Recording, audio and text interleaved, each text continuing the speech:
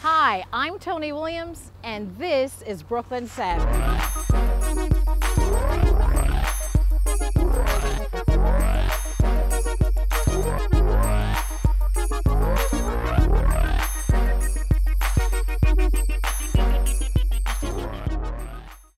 Hi, I'm Tony Williams, and welcome to Brooklyn Savvy. We're thrilled to host Speaker of the City Council, Chris Quinn, who'll talk to us about women in politics and how you've launched a phenomenal career. And we're very proud of you. Just one woman to another. But before we get into the topic, let me introduce our Savvy panel. We have Devorah Halberstam, Lisa Bing, and Ellen Salpeter.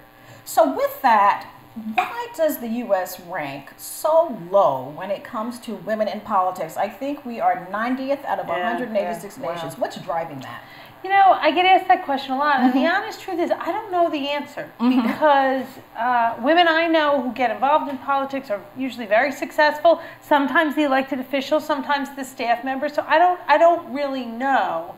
To some degree, I think the answer why maybe doesn't matter. We just have to accept that's unacceptable. Exactly. And we have to fix it. Right. And I think part of that is about finding ways to involve young girls in politics. They're not going to see enough on television, so we need to find other ways so they know this is a field where they could not be welcomed, make a difference, and really have a career for themselves. And it, you know, to some extent, you know, you've done a great job at this, but going out as an elected official and speaking to young women about the opportunities, because it's really hard when you see an all-male, elected officials talking to you at your school, or as your mayor, or as your senator or governor, and you think, that doesn't look like me. That person doesn't look like me. But some studies have indicated that it is incumbency that is part of the problem. The fact that there are so many males that are already in these offices, and then of course we know that incumbents get reelected quite frequently. So that's part of what might be driving this problem. Yeah, and you know, I think part of that speaks to the need to reform campaign funding rules. We in New York City have a public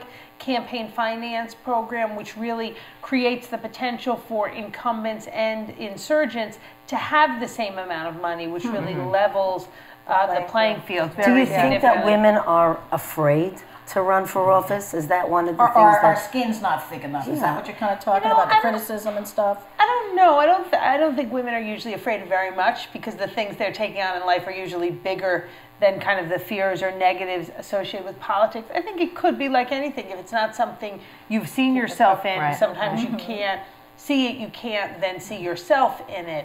But to your point, Devorah, I think it's a dog-eat-dog fight in general, as you know, and I think women are much more conciliatory. They want to be nice, you know, and so I think in business and life and politics. But I think we're putting too much pressure on the women, because what about the culture of the male? That needs to be changed in some way. So it's not just a matter of can I see myself, but how do we change the culture so that women have more place, or there's more room for them to move? You know, I'll tell you this, when I was running for speaker, a lot of people, men and women, went out of their way to tell me why I couldn't win.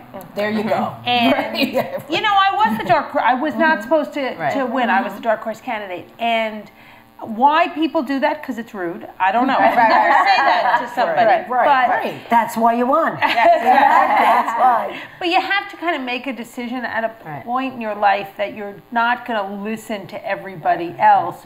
You're just going to try and do, you know, what you want to do, whether it's going to work out or not. Now, I have one sister. She's 10 years older than I am. She's 55. She's a geologist. Not a lot of women that age were scientists either. You know, I may have been particularly lucky. I had a mother who was abundantly clear to us when we were girls, you were going to get an education. Absolutely. You were going to succeed. You were going to be the best. Family culture. A question.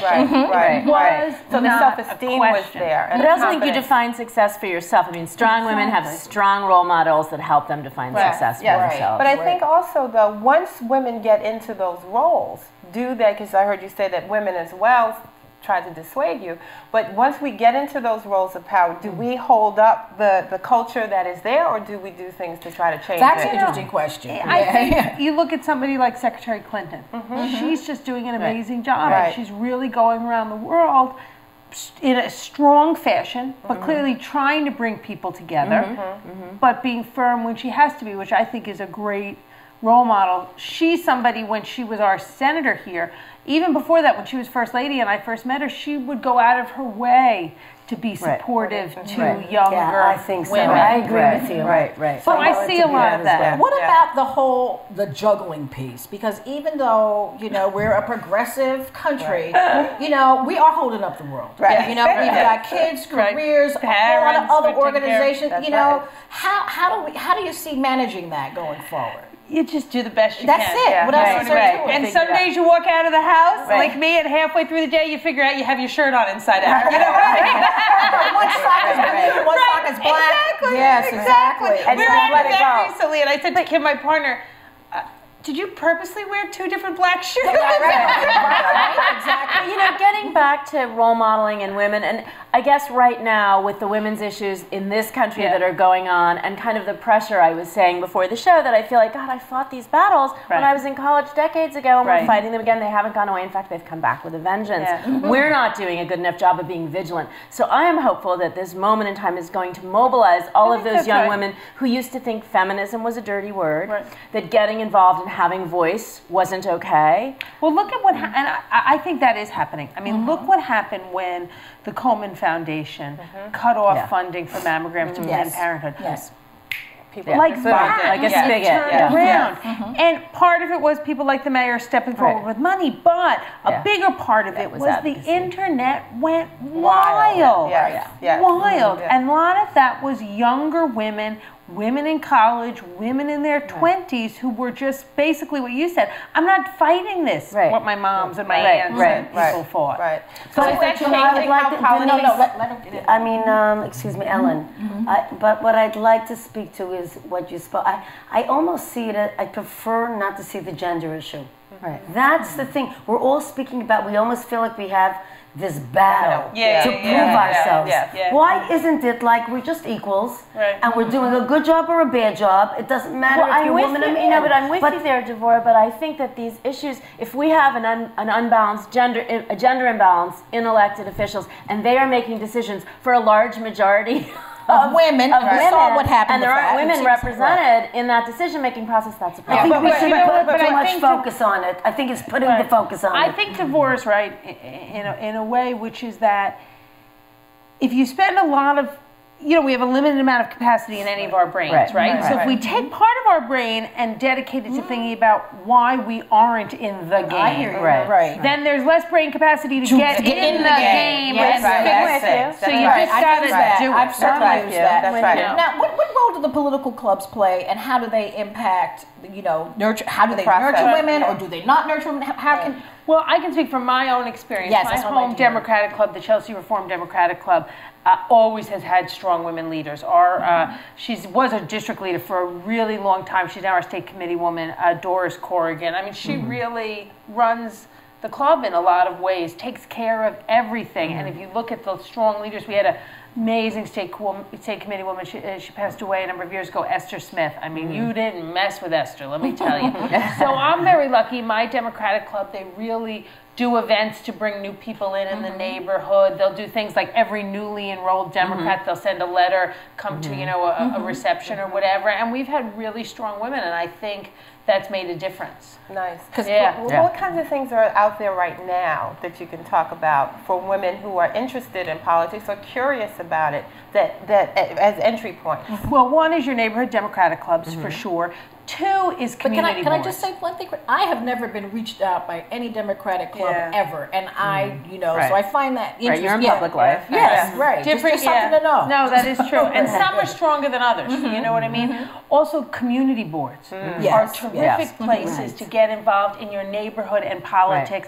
You can get appointed by your council member or the borough president, but you can just go to the meetings. You can be a public member. That really is a good education, and you'll learn so much. so much. You'll learn as much, honest to goodness. It takes a lot of time, though. A lot of time. And you got to be there and be ready for that long haul. Also, if you're worried, if you're interested in law enforcement, your local police community council is a really great place to get involved too, or your block association, your tenants association, with the school leadership teams, still the PTAs, the CECs. Those are great places too. One of the things I think sometimes we think is, if I don't have a lot of money, if I'm not have a group of 100,000 because that's what scares me. The fundraising piece. And when you look at the amounts of money that campaigns need these days. Well, I mean, there's two things. One, I just want to say, if people write a letter, send a petition, make a telephone call, it gets noticed. If you're one person, I every other week get a printout of what letters we've gotten, how many, from where, what telephone call, and any elected official who tells you they're not tracking that are fibbing. So one call makes a difference, without a doubt. And so I'm just saying, like, if you, I am not in the community board, but you're worried about an issue of a building, call. It will make a difference. The good thing about campaigns in New York nowadays is most people aren't like the mayor and can spend their own money. In the public system, there's a cap on how much you can raise. So not that it's nothing, but it's not like the United but it's not like the United States Senate where you could just hundreds of millions of dollars. So you know what? We're going to have to break, but we will be right